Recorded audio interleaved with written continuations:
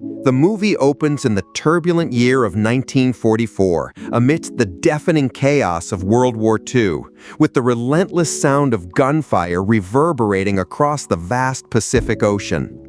In this perilous setting, we encounter a resilient American Marine captain named Ellis leading his unit through the treacherous waters. His group had been viciously ambushed by Japanese soldiers during a critical mission, leaving devastation in its wake. Amid the chaos, Ellis manages a narrow escape, finding himself adrift on a small rubber raft, alone on the boundless sea for days, with only the horizon as his guide. Weakened by hunger and exhaustion, yet driven by an unyielding will to survive, he scans the endless waves until his weary eyes catch sight of a distant island, a faint promise of salvation. With renewed determination, he paddles toward the shore, his arms aching from the effort, until he finally reaches the sandy beach. Securing the raft among the rocks, he steps onto the island, his heart pounding with hope as he searches for any sign of help. The landscape unfolds before him, lush with towering trees, vibrant plants, and rugged stone formations, but devoid of human presence, amplifying his sense of isolation.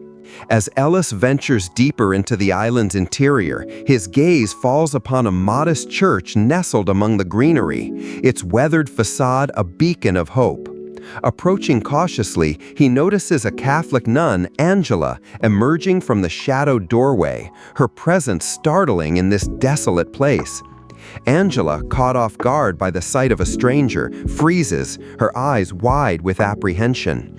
Ellis, sensing her fear, raises his hands in a gesture of peace and speaks softly. "Please, don't be afraid. I'm an American Marine. You're safe with me." His calm demeanor eases her tension, and he asks how many others inhabit the island. Angela, her voice steady but quiet, replies, "I am here alone." Ellis, skeptical of her solitary existence in such a remote location, struggles to accept her words. With a gentle gesture, Angela invites him to her simple shelter, a small, makeshift dwelling crafted from natural materials.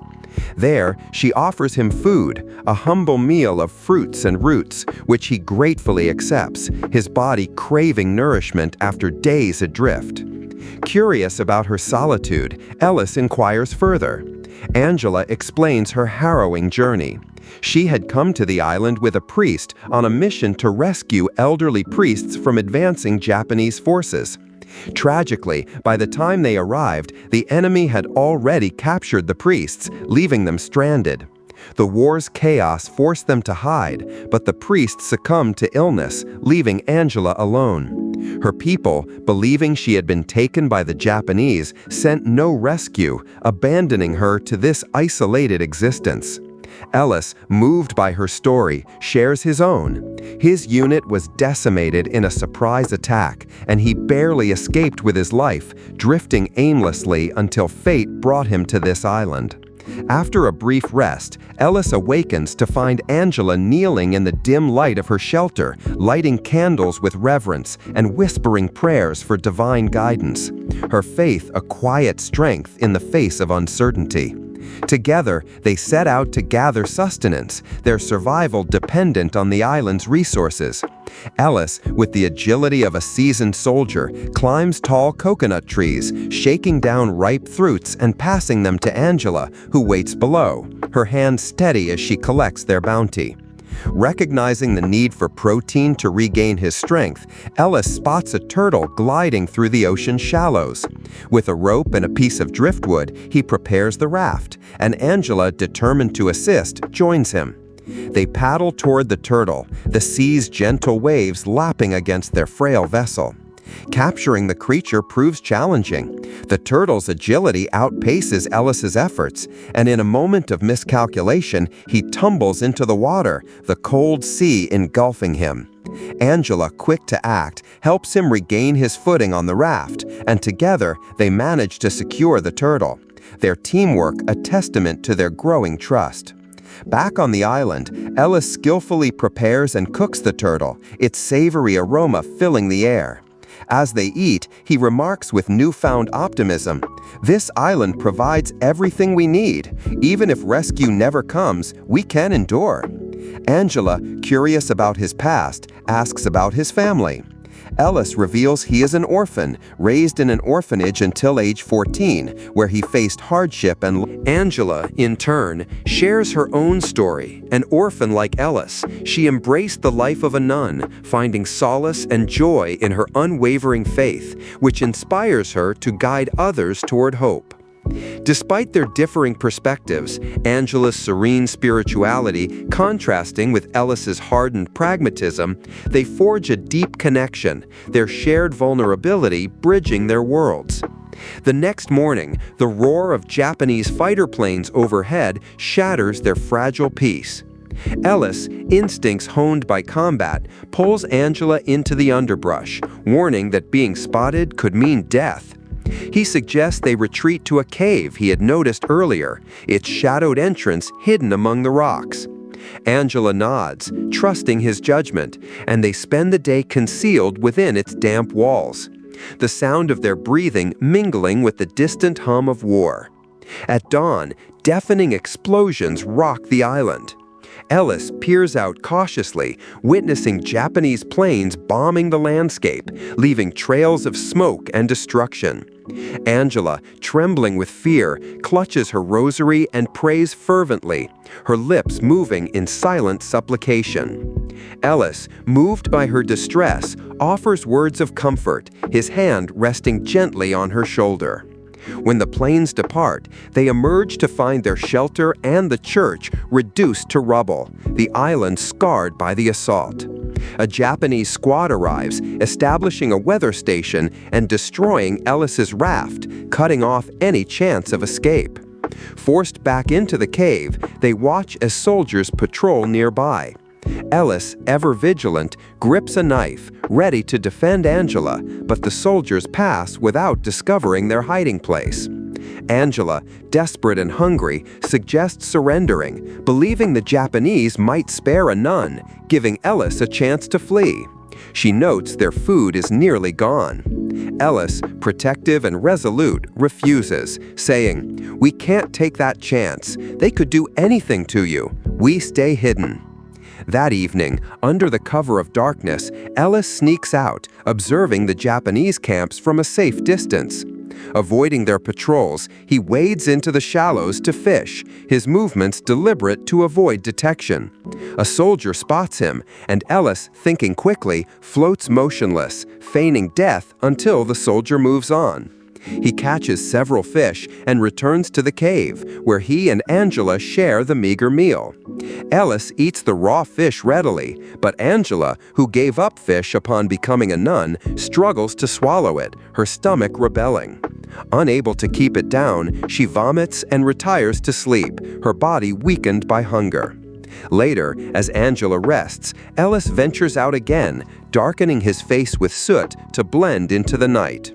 He infiltrates the Japanese camp, silently gathering food into a bag, canned goods and rice that could sustain them. A soldier approaches, forcing Ellis to hide behind crates, his heart pounding as he holds his breath. Trapped, he remains there through the night, unable to escape until dawn, when the soldiers are distracted by training drills.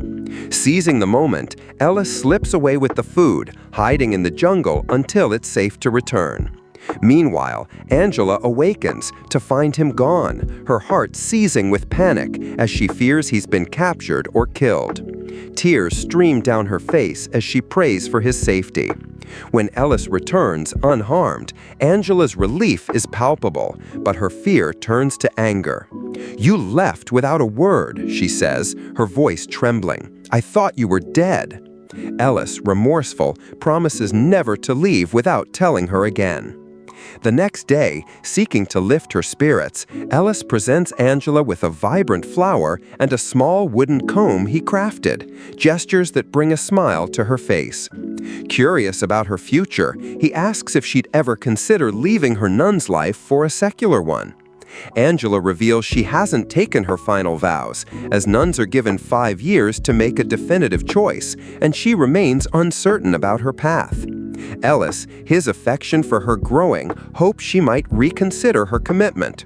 Their moment of connection is interrupted by noises. The Japanese soldiers are packing up, abandoning the island.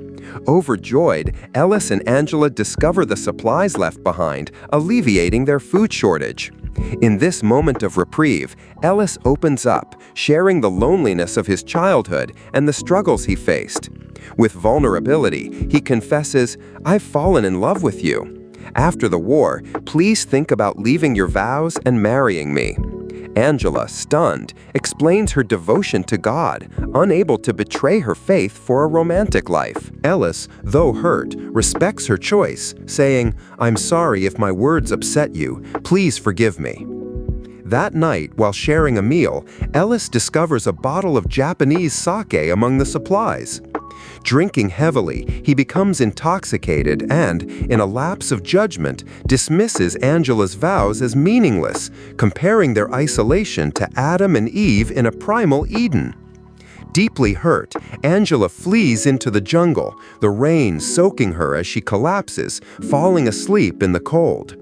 Ellis, sobering, searches frantically but cannot find her in the dark. At dawn, he discovers her unconscious, her body chilled from exposure. He carries her toward the abandoned camp, but notices the Japanese have returned, forcing him to retreat to the cave. Angela's condition deteriorates, her breathing shallow. Risking everything, Ellis sneaks into the Japanese camp, stealing blankets and medicine. A soldier spots him, and in a desperate act, Ellis kills the man with his knife, hiding the body to avoid detection. Back at the cave, he changes Angela's wet clothes to keep her warm, administers the medicine, and, for the first time, prays for her recovery, his skepticism giving way to hope. When Angela regains consciousness, she asks who changed her clothes. Ellis explains it was necessary to save her life and apologizes for his drunken words. She forgives him, their bond deepened by mutual understanding. Suddenly, explosions erupt outside. The Japanese, having found their soldier's body, are bombing the island, hunting for Ellis. Soldiers approach the cave, shouting, "Come out, or we'll throw a grenade." Faced with surrender or death, Angela prays, believing their end is near.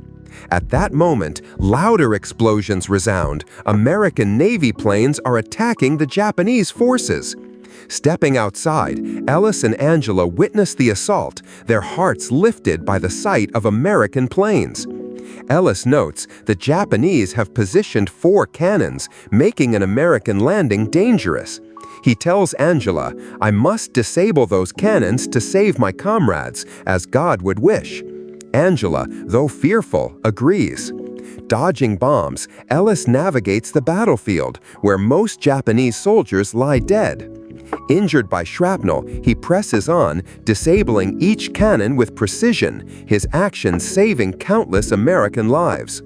Angela, emerging from the cave, finds him wounded and tends to his injuries with care. Ellis, weakened, says, "Our paths diverge now. We may never meet again." Angela, her voice soft, replies, "Though I cannot be with you, you'll always remain in my heart." The American Navy lands, raising its flag in victory. The Navy captain, astonished to see Ellis alive, had presumed him lost. Medics place Ellis on a stretcher, and Angela follows, her presence a quiet farewell. Ellis never pressures Angela about his feelings, honoring her choice to pursue her nun's life. Angela, in turn, cherishes their connection. The story illustrates that true love transcends physical togetherness, existing in the heart despite separation. Thank you for watching. Please subscribe.